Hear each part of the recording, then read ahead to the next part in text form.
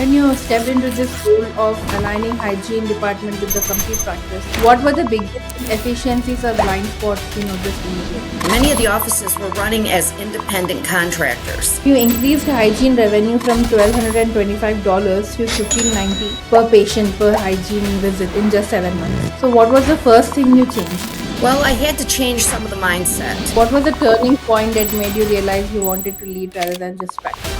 because I saw holes, I saw missteps. So, what's the KPI that most practices either misunderstand or completely ignore?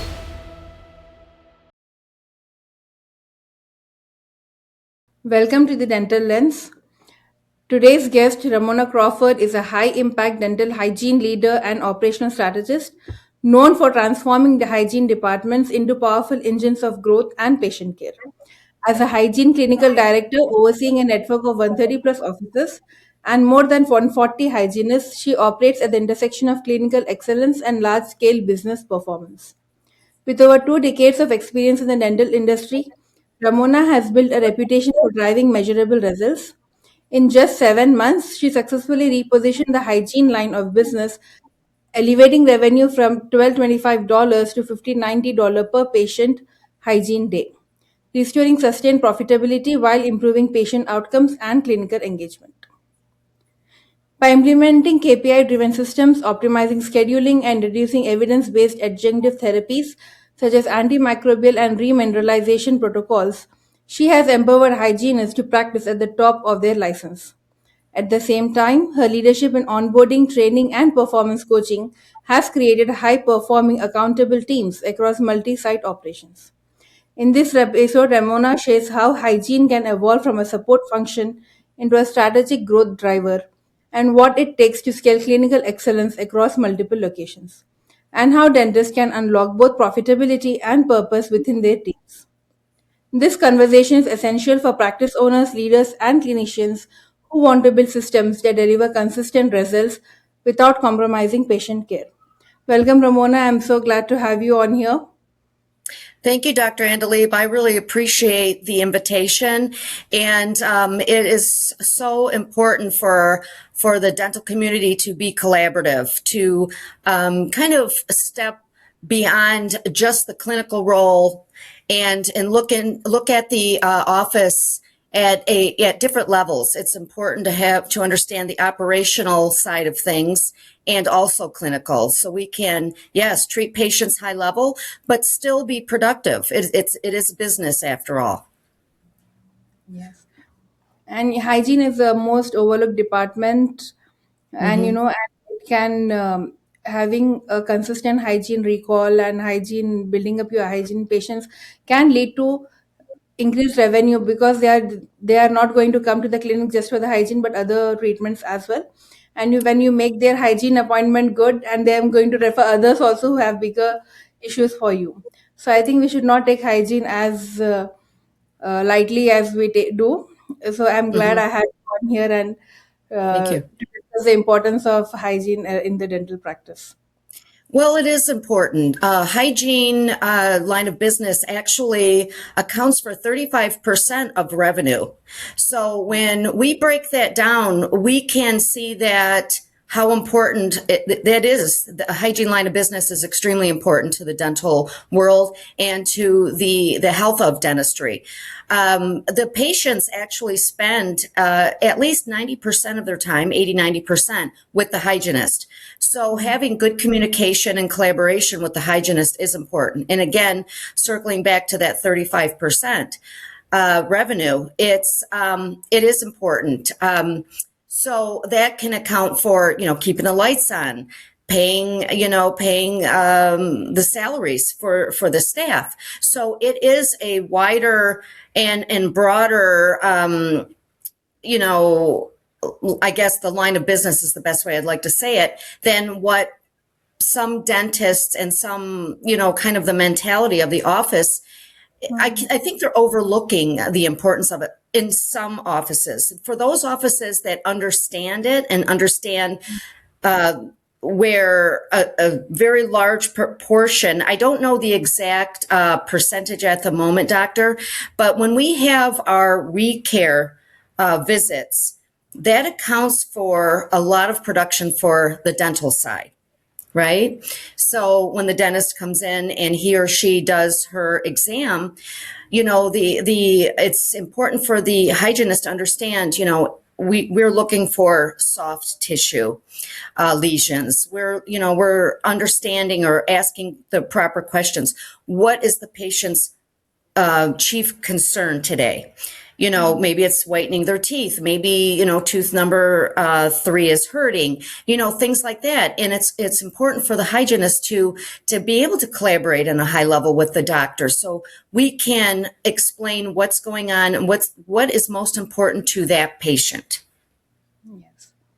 When you stepped into this role of, aligning hygiene department with the complete practice, what were the Mhm. biggest inefficiencies or blind spots you noticed immediately? Okay, so some of the blind spots that I recognized immediately, doctor, were the office was running, many of the offices were running as independent contractors. So Mm, back to communication and collaboration again. The hygienist was operating as her own little independent entity. And then the doctor was most concerned with, his or her end of it, the fillings, the hard tissue concerns. So it was important for me when I entered into each office is number one, treat each office independently. Even though I worked for a large DSO, mm, each doctor ran their business independent, right? So mm, it was understanding the fundamentals of each office. What was what was the backdrop or the reason why the hygienist became a hygienist? Was it because they wanted to make more money? Was it because deep inside it was personal? Maybe some of their family members had bad hygiene, so they wanted to help prevent the rest of the world from, losing their teeth. So once I got to the core of the reasons behind or what motivated each individual, especially hygienist, then I could formulate a plan, whether it be we sat chairside and we spoke about it, whether it be I came up with, you know, um, treatment modalities, or how do I want to say this? I kind of had to identify the inefficiencies right at the beginning. And most of the time, doctor, it was about the lack of communication and collaboration amongst the group or the team as a whole, not just the doctor, not mm. just maybe even the dental assistants, but the front desk, just working collaboratively together, if that makes sense. Yes. I think collaboration and in my other podcast with Angie Drinick, she's also a dental Mm-hmm. coach. She mentioned that there should be a common communication between all the people involved in the treatment, right from Right. the receptionist to the hygienist to the doctor. So they know that this clinic cares for the patient, and that if you have different modalities of speaking or different modalities of communication, I think it affects how the patient perceives the practice. Even they can Yes. see if there is not much gelling between the colleagues, and if there is something wrong in the office or there's something off, I think patients can sense it. And if there is good proper communication, proper collaboration, then the patient experience feels the same across anyone, be it the receptionist or the hygienist or the dental clinic owner or the associate. I think having a common line of communication and common language, that is one of the most important parts of running a successful practice and giving the best experience to our patients. You're right, doctor. I totally agree with you. I have heard from patients while I was kind of like a little fly on the wall in some of the offices, just kind of sitting back and observing. And that was really important for me at the very beginning. I needed to observe. I needed to Mm, observe the whole team, how they worked together, how they did the power pass. Did they have a huddle in the morning? Were they on the same page? And that very much included the manager. Sometimes we even take it for granted what, the knowledge, the dental knowledge the manager or the front desk has. Mm. So, it became very important because I very quickly saw as the patient left the clinical side of the team and then walked up to the front and started having, conversations with the front desk. Was the front desk knowledgeable enough on treatments that were going in back? It doesn't mean that they need to, go to school to be a dentist or a hygienist, but at least enough understanding of what treatment, what the Mm. treatment may be, so they can speak a high level or with some semblance of intelligence, I guess is the best way I can say it, to the patient. Because oftentimes the patients will come up to the front desk and say, Dr. So-and-so or Ramona, the hygienist, said that I may need Curidon, that we have some watches. What they explained it to me, but what does that mean? And what is Curidon? And if the front desk says, what, I really don't know what that is, or, oh, that's just a way to spend, for you to spend more money out of your pocket. Wow. Now we've just discredited the clinical Yes. leaders. Yes. That is true, kind of, and they, some psychological way, they trust the receptionist more because they think they are on the same level, like based on the knowledge, they will give us the right advice, and it's kind of Right. psychological aspect to the patients, like uh, getting having a small chat with the receptionist. They trust them more, not more, but it good if they reinforce the same thing that the hygienist or the dentist says. Right, right. That follow through is so important, Dr. Andaleeb. And again, there's credibility with that. If everybody is on the same page, we're all speaking the same language, so to speak. And it, you know, it builds trust. The Yes. patients need to trust us. They need to feel that, we are the experts. This is what we do. Some of the patients are heading over to Google. They're Googling, what is an MOD or what is tooth number 2. And, so now that the patients have become a lot more, they have the computer at their fingertips, right? So we need to make sure that we are educating them and that they're not getting incorrect information from some of these sites. And we want to seem credible, and we need to be credible, and we have to be able to for our patients to instill trust. Yes. So you increased hygiene revenue from $1,225 to $1,590 per patient per hygiene visit in just 7 months. So what was the first thing you changed? Well, I had to change some of the mindset. So I noticed that with quite a few of the hygienists, I would get pushback in that. Well, first of all, let's look at the PPHD. Let's say that their production per hygiene day, we were looking at maybe $1,200, and the consistently that particular hygienist was bringing in $800, and she would maybe come to me and say, what, Ramona, I really need your help.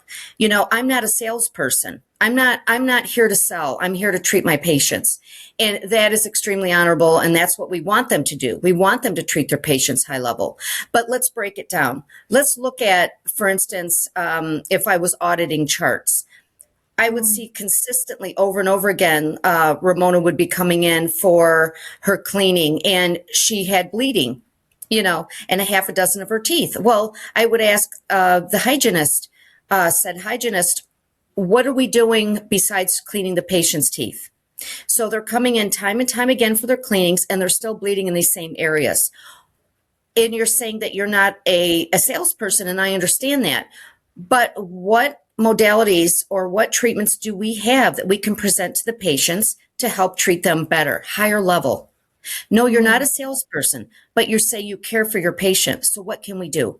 Can we place a Reston? Can we place an antibiotic below their gum line? So now we're thinking less as a salesperson, but as a treatment or somebody who is there to support their patients. And yes, high level.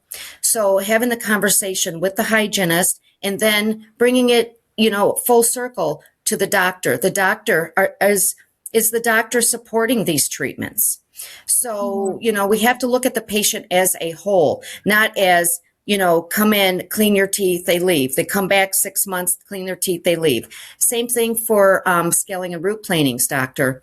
Are we looking at the patient again as a whole? Are they coming in healthy? What else are we offering to the patient? We don't need to be a salesperson. We just need to understand our treatments and then break it down to the patient in terms that they can understand, that they understand. And that way we get treatment acceptance, and it'll be a lot higher that way. And the patient will trust the hygienist more because she's not the one doing the treatment, and they think Right. that she's telling it for our good, then maybe we should go check it out. Mhm. Yeah. So when you stepped into this role, I asked this, sorry. Was this growth driven more by systems, people, or clinical protocols? It was a combination of all of that, doctor. Like I said, I first had to understand what motivated the hygienist, right? So once I was able to come to some kind of understanding of the person that I was dealing with, right? So we could even be on a collaborative team. And so once I understood, let's say the hygienist said, I really want to treat patients. That's important to me. A lot of my family members or some of my family members have lost their teeth. I want to help prevent that. So then I understood it was clinical. So that was that part of it. So then I also worked with systems. What were the systems in place? Did the hygienist feel as though she was being overlooked or he was being overlooked? If so, what could we change about that system? Was the hygienist respected as a high level as another clinical provider? Okay. Mm. Where was the support? So those systems had to be in place. Like I was saying, the power pass. What did the power pass look like? Did we have a system in place for when the hygienist was finished with her part of it? Was she able to go and trust that the doctor was going to come into the room with understanding what was going on, how the hygienist saw the treatment? What were the periodontal pockets? Could we speak professionally about that in front of the patient? And was everybody on board with the protocol? So systems, the people, and the clinical protocols, they all had to align. And it could be for each patient very similarly, but also understanding each patient is different. One patient may think, you know what, my cavity's not that important today. Today it's about whitening my teeth. Hmm. Now, are we on the same page discussing this as a team?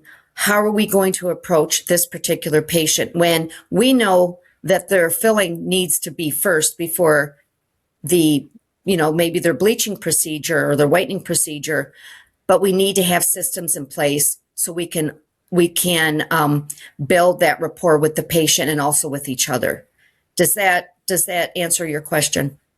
Yes, yes. Okay. I think, yeah, the handoff is very important. I think the doctor the must be briefed before going to the patient, like this was the treatment plan suggested and this is what I said, then you can build on that. I think Right. it increases the case acceptance.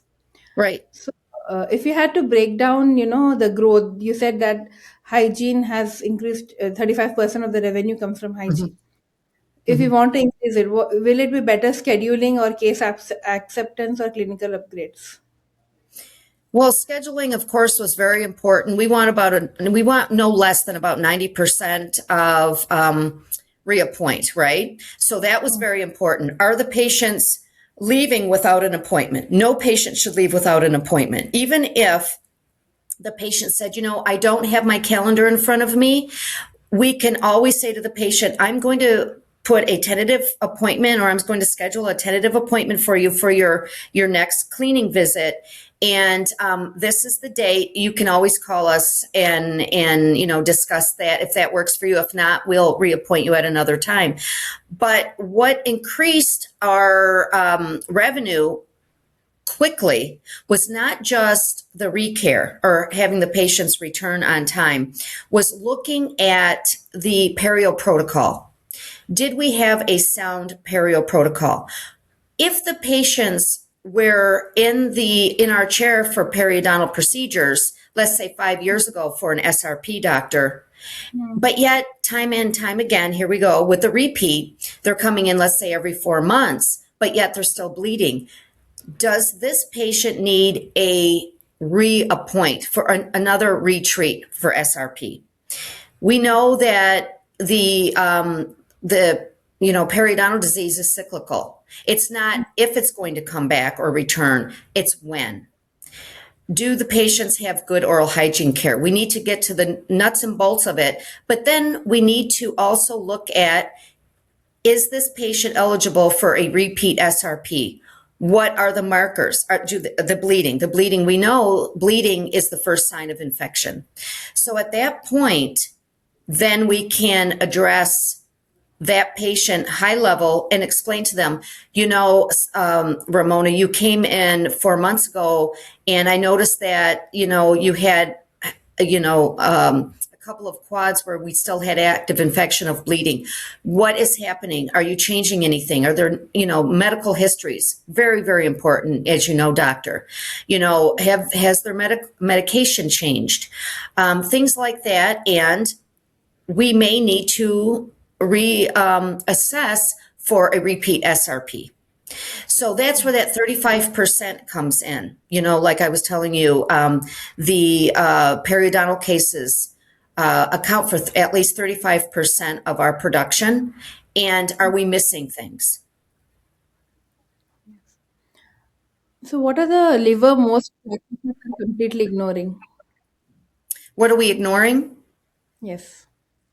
I truly believe we are ignoring treating patients high level. We are not a production line. Each patient is individual. We know that I don't know the percentage, but there are several hundreds of thousands of patients walking around with active periodontal disease. We need to address it. We need to be on the front line of treating those patients. And, we know that if we're going to be treating patients with unhealthy mouths, we can't move forward with crowns and, their bridges. And so that needs to be addressed first. We have to get our patients at a very healthy level. And it starts with the mouth. Hygiene is the first step. Mm-hmm. Yeah. So, what does it truly mean for the hygienist to practice at the top of their license? So in how I feel about that, practicing at top of our license means that we are treating our patients high level. That means all the patients. That means the quote unquote healthy patients. We're preventing them from getting periodontal disease. For those patients that we see that do have periodontal disease, we want to arrest that disease. That's what high level means. That means getting into a more of an understanding of the mentality that the patient even has about their mouth. Do they really understand the importance of their home care? Why it's important that they return to the dental office? We take our X-rays. We are performing the periodontal charting. They're not going to be they can't do that at home, right? So they can brush and floss their teeth, but they need to return to us for their treatments. And it's a collaboration with the patient as well. It's just like the patient sees their primary care physician. We're their primary care for their mouth, and it's all one. We can't treat the body and the mouth as something separate. It all works together as a system. Yes. And mouth is the marker for many systemic diseases as well. Right. Absolutely, doctor. Diabetes, heart disease, all of those things. We can actually be a partner with the doctors in helping to prevent endocarditis for our patients. We, as in the dental world, really understand how that bacteria and heart disease and other comorbidities, you know, are they can help, we can help prevent those, and if not help prevent, help or at least reduce the risks. And hygienist is the if they are trained, they will be the first person to notice because they are Right. most of them are painless, so the patient doesn't know that something is happening. And I recently Right. read an article that linked, oral plaque to plaque in our arteries of the heart. Absolutely. This is also like the plaque buildup can travel inside. So I think Hmm. hygienist role is actually underrated, and if treated properly, and it can Hmm. help prolonging patients' lives as well, because there is Yeah. more and more research going on, like how our gums and mouth show the systemic diseases that Mhm. are developing before they are actually developed in your body. Right. Well, I can't tell you how many times, doctor, I've sat down with patients and we've kind of discussed, we kind of get personal with them. We become a family with our patients, right? The hygienists spend 80% of their appointment, 80 to 90% with that patient. The doctor may come in and spend 10 minutes. So we hear, that's another thing that's important. Sorry. Really listening to the patient, right? Listening to kind of their background. The patient may say, you know what, Ramona, all of my family's gums bleed. We all have heart disease in our family. That should be a light bulb moment. What's going on? So how can we help this patient maybe have a better outcome with their life? Maybe they won't get heart disease like the rest of their family. What are the markers? What is the commonality between our patient and their family that may have heart disease? Well, they have poor oral hygiene care. They're not Mm. flossing. They're not brushing properly. They're not going in to see their dentist, or they're not visiting us on a constant basis. Maybe their family never used the floss and things. So these are all questions and answers, or Q&A, that we can have with our patients to help them have better outcomes in the future. How do you balance efficiency versus quality patient care? Okay, so efficiency, Hmm. time management 101. So, what's important? Okay, so good communication with the patient. Let's say the patient comes back, we're looking over their medical history. We're being very efficient with that, making sure that we know everything that's going on there. Okay, Hmm. the efficiency of the workflow. The patient comes in, they're being checked in properly at the front desk. We know when the patient is there, and so the time with the doctor, is the doctor coming in, stopping maybe in between what he or she is treating the patient with, being on time. That's important. The patient wants to be on time. They appreciating everybody's time, appreciating that we all have places to go and people to see. The dental or the hygiene appointment may be only 45 minutes with that patient. Understanding that their care is of utmost, their time is of utmost importance, and the doctor has to understand that coming in on a timely manner for their treatment, because once we're done with the patient thinks they're done, right? They want to get out of there. They don't sometimes understand that the doctor may have a 2-hour procedure in the back, but so there has to be a good flow of right, like I said, right from the very beginning of check-in to check-out. So how do you move a hygienist from a task based to outcome driven? Okay, so task-based to outcome-driven. So again, we have to come up with a very succinct plan. What does the outcome look like to the hygienist? What do they think is important? Do they think that this goes back again to their production per hygiene day? Is there a bonus structure in place? What does that look like? Am I understanding your question properly, doctor? How do you motivate the hygienist to do to become outcome driven rather than Okay, just so, that the patient and it's all. Yeah. okay, I got you. So basically, evidence-based care. Breaking things down, looking at each patient as an individual by, looking at their week in advance. What do we have to do? Was there an outstanding treatment plan that needed to be finished? Let's make sure that we're talking about that in our huddles. Let's break down, I say diagnosis. Obviously, we're not the ones diagnosing, but let's make sure that we are, you know, um, on Great. task with that, right? That we're checking with the Explorer to checking for those soft spots, looking at the gums, making sure that we're doing the oral cancer screenings, things like that. Then we may be looking at measurable outcomes. I go back to those Google reviews. Are the patients putting up positive Google reviews about us? So that's the evidence based. Are our patients getting healthier? Does that make sense? Are they becoming okay? Are we using our adjuncts? Yes. So you implemented antimicrobial and remineralization therapies. So what impact did that have on patient outcomes and practice revenue? So are we talking about the adjunctive cares that we have? I call them, we refer to them as treatments. So it is important. So like I said, with the bleeding, the first sign of disease is of course the bleeding.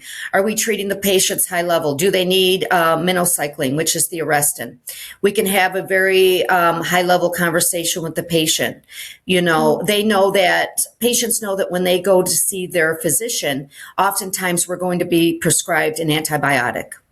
So I'm going to speak about an antibiotic for just a moment. We can discuss with the patient, I'm going to place 1 milligram of an antibiotic below the gum line where you have the active infection. Okay.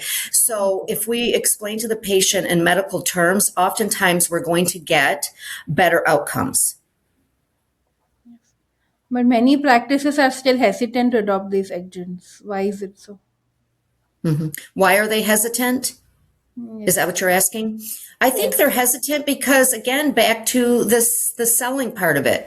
We have to continue to, I mean, I say we have to. It is important that we treat the patient, A, as an individual.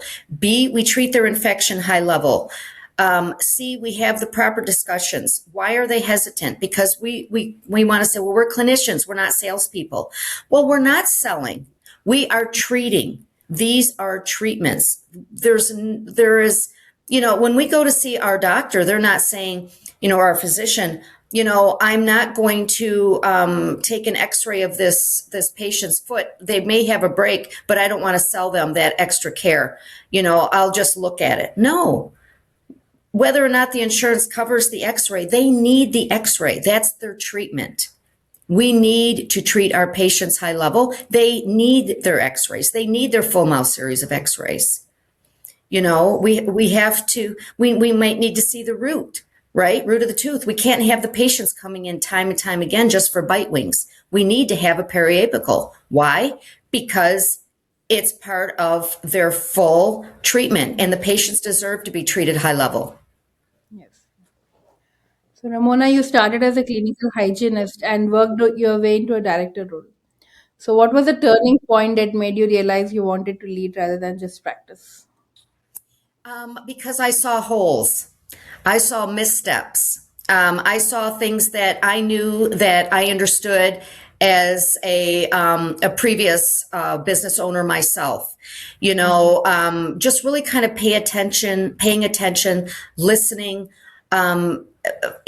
Understanding where those, like I was saying, the holes in the systems were, and I knew that I understood where we could improve on the day-to-day lives of our patients and for ourselves, because there's a lot to be said for work-life balance, right? So if we're working together collaboratively, And I love treating patients high level, meaning that it was important for me that the patients were getting the care that they deserved.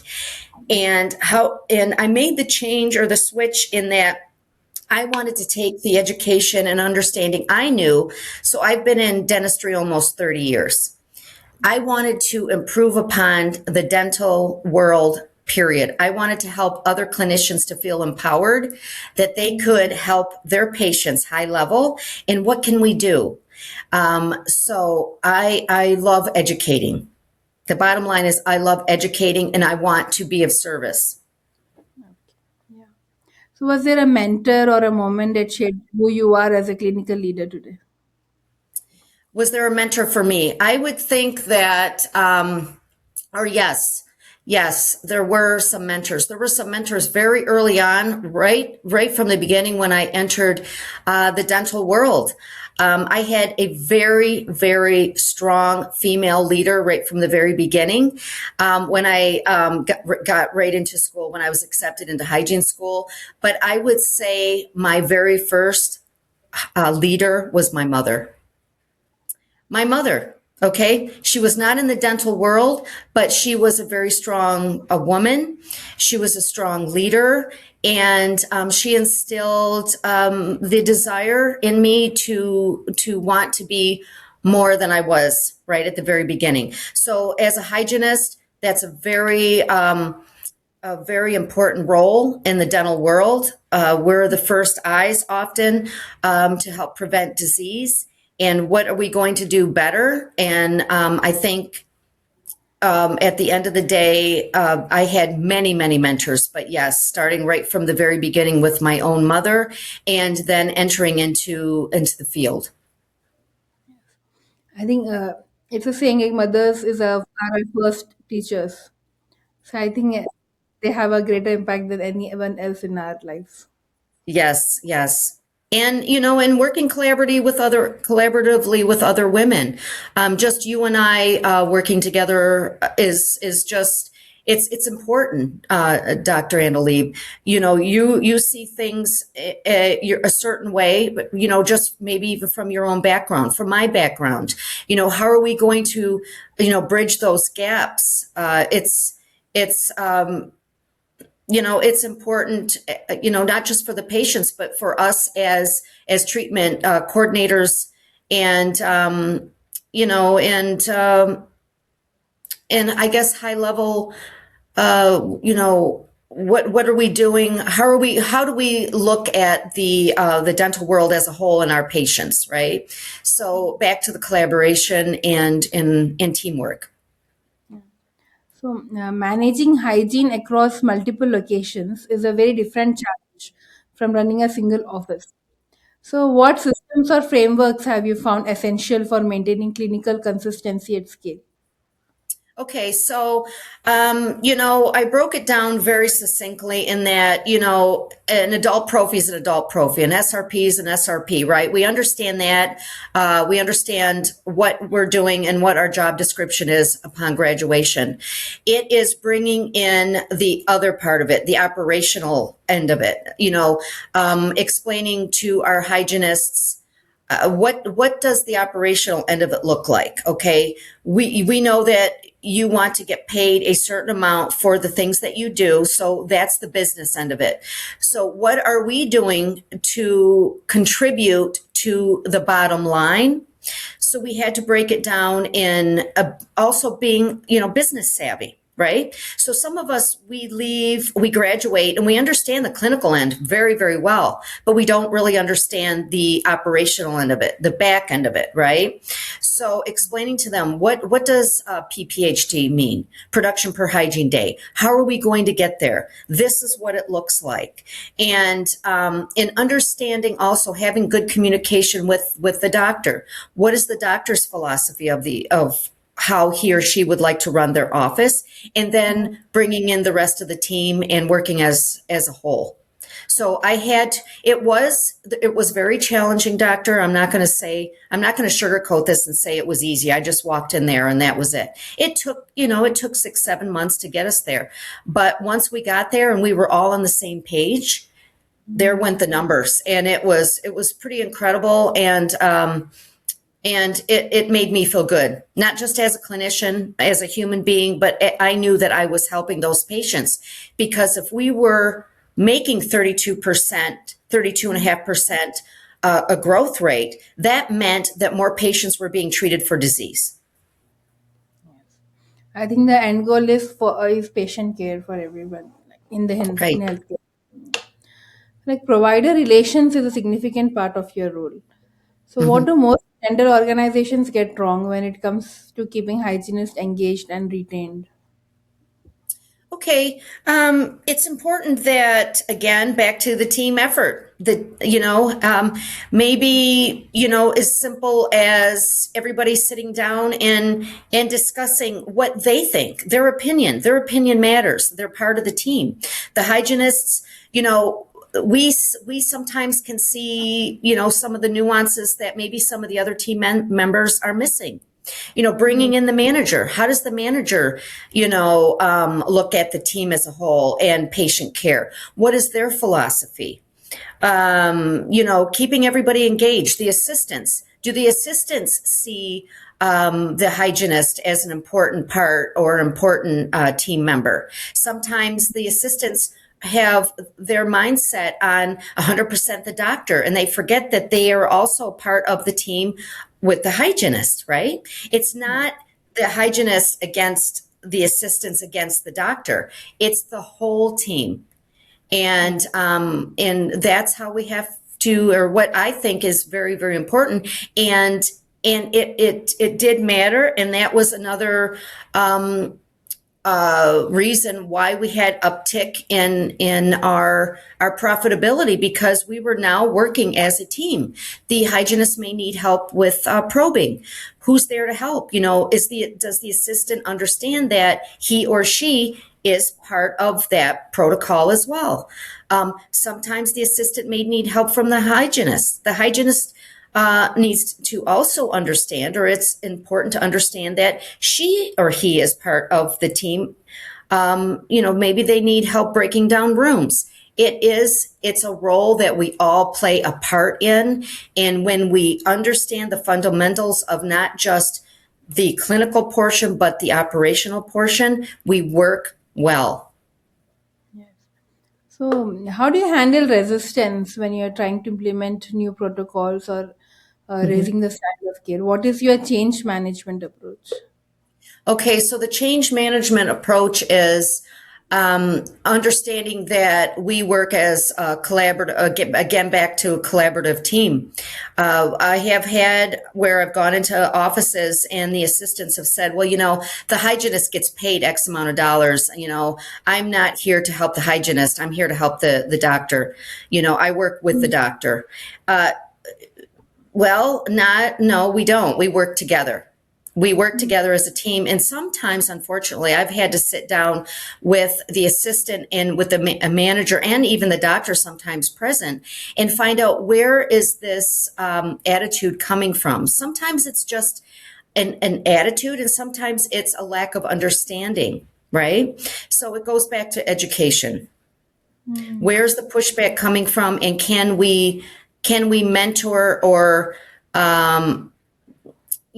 mentor the assistant in really turning the corner on what his or her role is as a team member. So, Ramona, alongside scaling practices of hygiene, you're also in e-commerce sales alongside your clinical career. That's not a combination you see often. So, how did that come about, and what does it look like in practice? My sales background. Yes, Okay. e-commerce. Yeah. So very, very succinctly, I'll explain. So number one, I understood very early on that although I was not a quote unquote salesperson, I was a clinician. How was I going to communicate high level to the patients what they needed for further treatments, such as the SRPs or other adjunctive treatments that we had? I actually pushed myself into getting into sales. And because I understood that I needed to understand that end of it as well. And like I was telling you, a lot of the hygienists, not a lot, but a fair amount of the hygienists would tell me, well, I'm not a salesperson. Well, you may not be, but you better be able to understand how to communicate with your patients. And if you're explaining to your patients how important it is to the difference between a manual toothbrush and an electric toothbrush and how much better they can treat themselves at home with an electric toothbrush, how are you going to explain that? Well, now you're a salesperson. So I got into sales as a single mother. I needed another job. I'm just going to be honest with you, doctor. I needed some more revenue myself to bring in.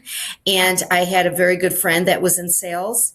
And so she actually, I had two friends. One was in real estate sales, and the other one was in pharmaceutical sales.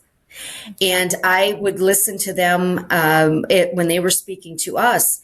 And I noticed right away that those salespersons that understood their product or what they were selling, the ins and outs of it, and were able to articulate it to us, their sales went up.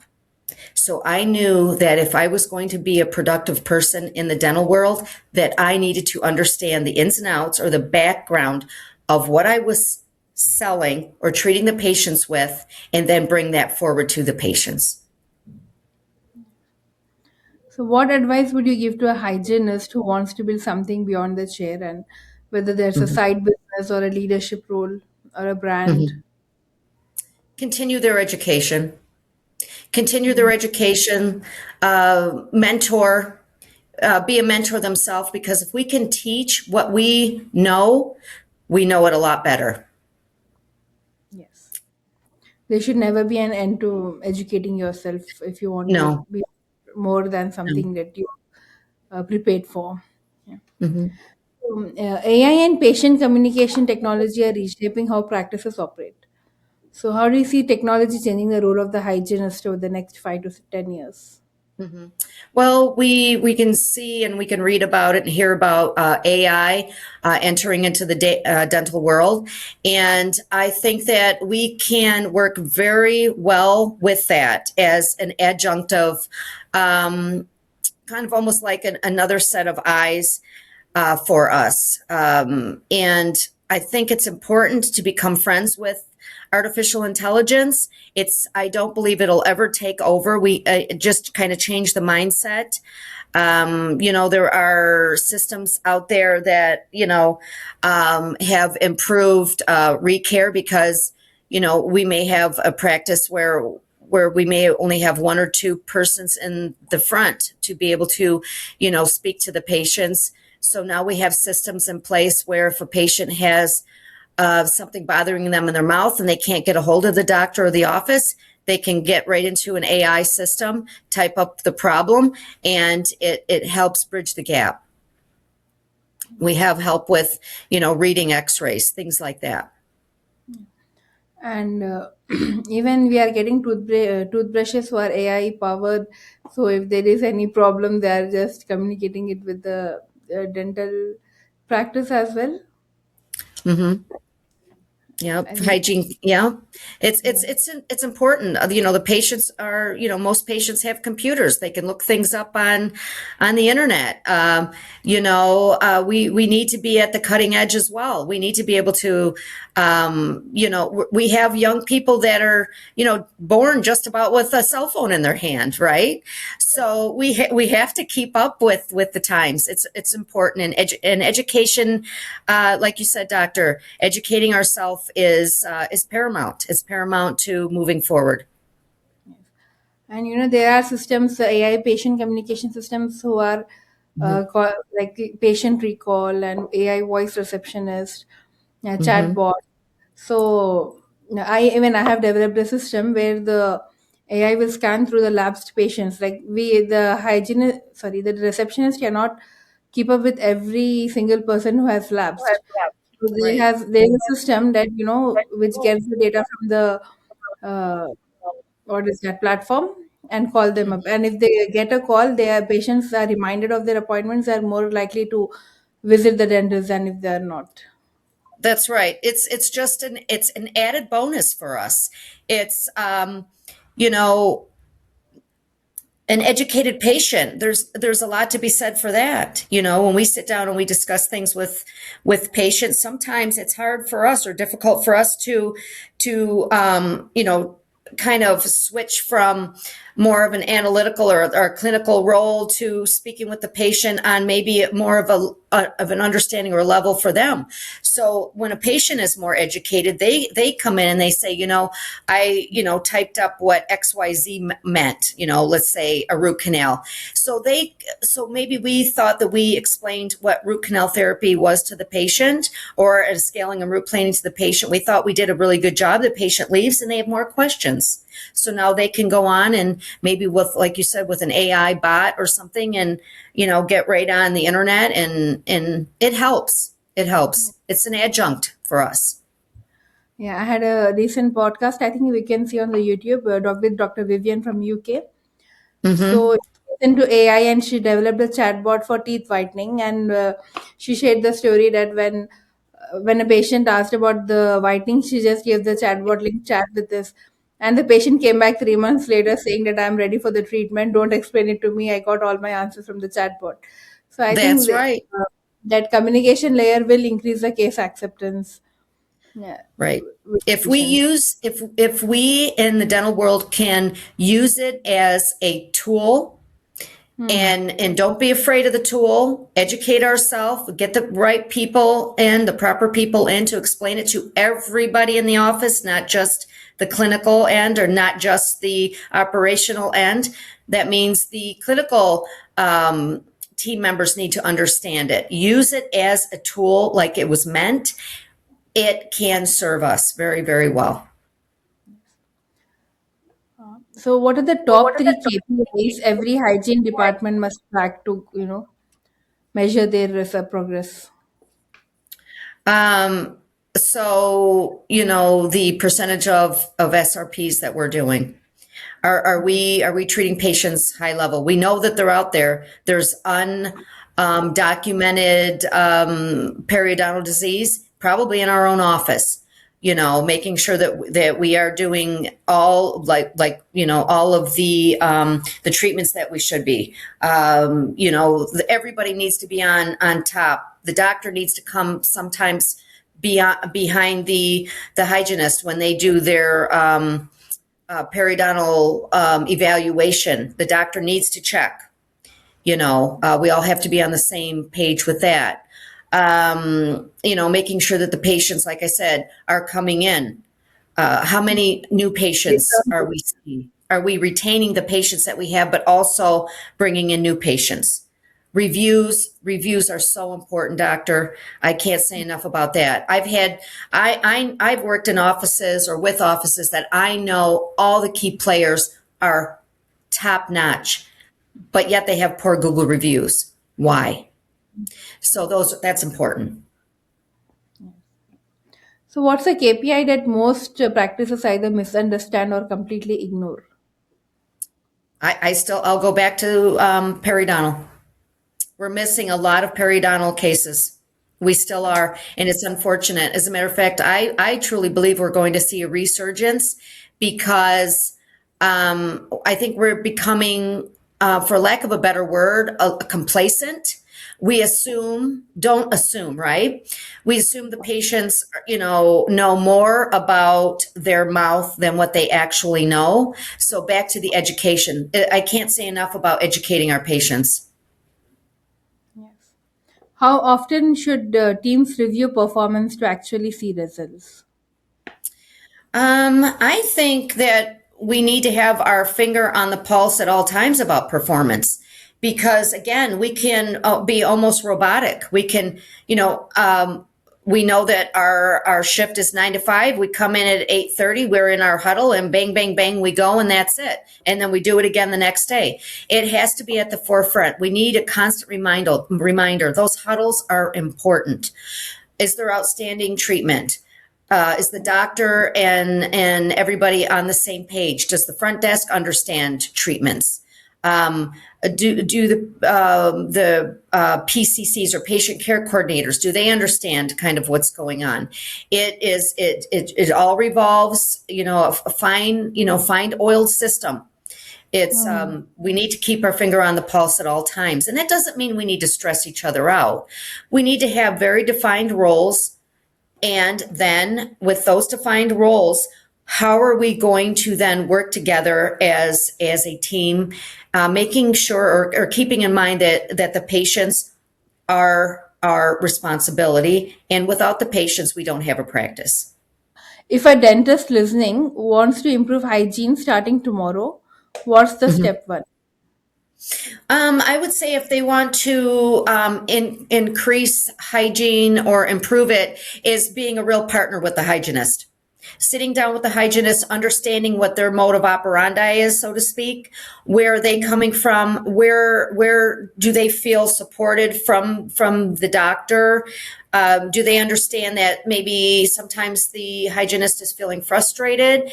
And what can we all do better as a team? And what should they stop doing immediately? They should stop assuming. We should stop assuming that we all understand each other's roles, and we should stop assuming that how everybody feels, including the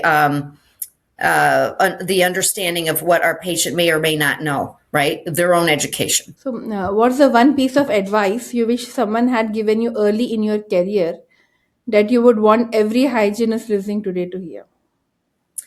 I would want every hygienist to understand that they are an important piece of the whole in the system, and to continue to educate themselves and to feel empowered that they indeed are the expert. I wish that we understood that we are the expert and that we do have a voice, and we should use it. I think there is. When I listen to you, I feel like I even never in our previous conversation you said you should sit with a hygienist and talk about where she is coming from and what is the mode of operandi. I think there is a Mhm. part of psychology also involved here, like Yes. not just the patient psychology, but also the hygienist psychology. And Hmm. the best part is like, no, not the best part. The most essential part is the change in the mindset needed from everyone, from the assistants to the clinic provider to the hygienist. I think Right. when you have this mindset that hygiene is important and how we are supporting hygienists, how hygienists are supporting us, that is the first Hmm. way for having a real conversation with each other. From where are you Right. coming? Right. How else are we going to, maintain a smooth office if we are all on different pages? We are not independent of each other. There is some anonymity, of course, we all have, right? So, there's a certain amount of anonymity that the hygienists have. We're in our own bubble, so to speak, but yet we are an integral part of the team. And you're right, there is a psychological portion of it, and it's important. The doctor needs to understand, the kind of the how the hygienist is approaching treatment, how we are approaching, the care, when the patient leaves, are we, also supporting the doctor? The patients may ask, the doctor is saying that I need a crown. What, does the is the hygienist supporting, the treatments as well, or are they saying, oh, maybe you just really need a filling? We need to have some professionalism and respect for each other's roles within the office, and that means everybody's role. No matter what it is, it could be, the role of, the lab tech, whatever it is, doctor. And it does circle back around to education. Are we educating each other? Is the doctor further educating the staff? And, we refer to kind of, CEs, continuing education, is maybe the doctor could implement CE courses within the office, for the team members. Keeping everybody, kind of on the same page and maybe kind of playing nice with each other, right? So that's really, that's kind of the backbone as well. We're a family. We're with each other longer or more hours in the day than we are even with our own families. So maintaining that family feel I think is important. What other resources did you share with the dentist? What one book would you recommend? Or What book would I recommend? yes, Was there any specific book? I don't know if I can recommend any specific book, but I can recommend this, that when we have folks coming in, how do I want to say this? Give me just a minute, doctor. Reps, when we have the reps coming in or visiting our offices, that I think it's extremely important that the doctor be there, the whole office be there, and again, back to the team. So the doctor can also hear the questions that the other team members are asking, so he or she is more informed. Does that make sense? So there's a connection there, because sometimes we can hyper focus on what we're doing that we forget or we miss what the other team members are doing, or how they're seeing the office as a whole. Does that make sense? So there's no yeah, specific book that I could necessarily recommend. I know that, a lot of us are very educated, and when we leave the office, we want to pick up a book and read it. I say read the room. Learn to read the room. Learn, educate ourselves and what's going on with the representatives that are coming in. How are they seeing it? Don't push the reps out. Bring them in as team members. I hope that kind of explains where I'm coming from yes. and how It's I'm like, seeing it. yeah, be a part of the change. Just don't Yes. think, yeah, that the rep is going to change the team members. I think you have to change when there's something is suggested for you as well.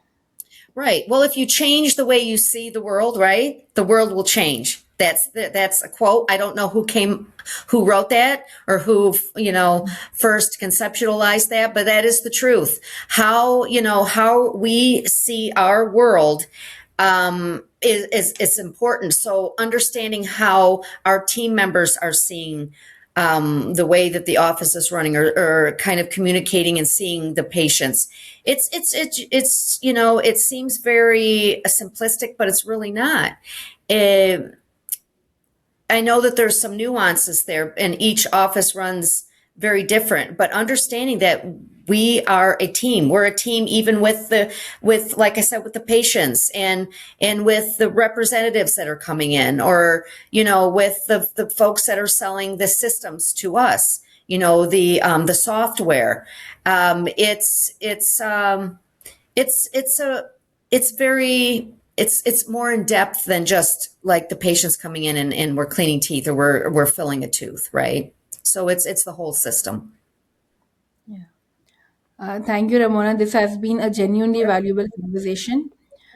The way you think about hygiene, not just as a clinical function, but as a strategic pillar of a practice, is something I think a lot of people in the industry need to hear more of. What I am taking away from today is this: like, hygiene department is not a cost center, but it's a culture indicator. And the leaders who understand that, the ones who invest in their hygienists, build real programs, and hold the line on clinical quality, even inside complex organizations, those are the ones changing what the industry looks like from the inside out.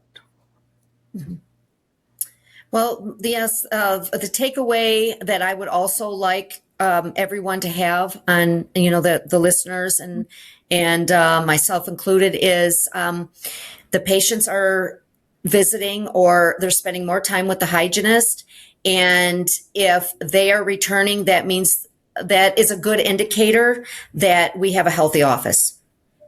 So, if you're a dentist or a hygienist listening to this and you have been thinking about stepping into leadership, I think Ramona is an example. Like, she did not just became a leader, but she's empowering others to become leader.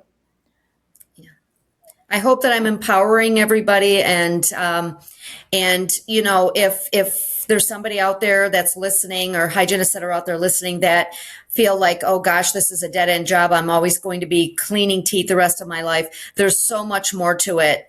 And yes, you can continue to educate yourself and move up to a directorship role like I'm in, or even an operational role eventually.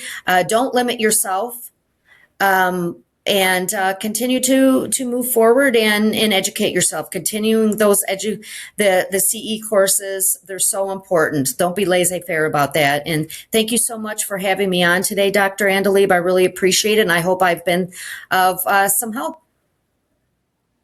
Yeah.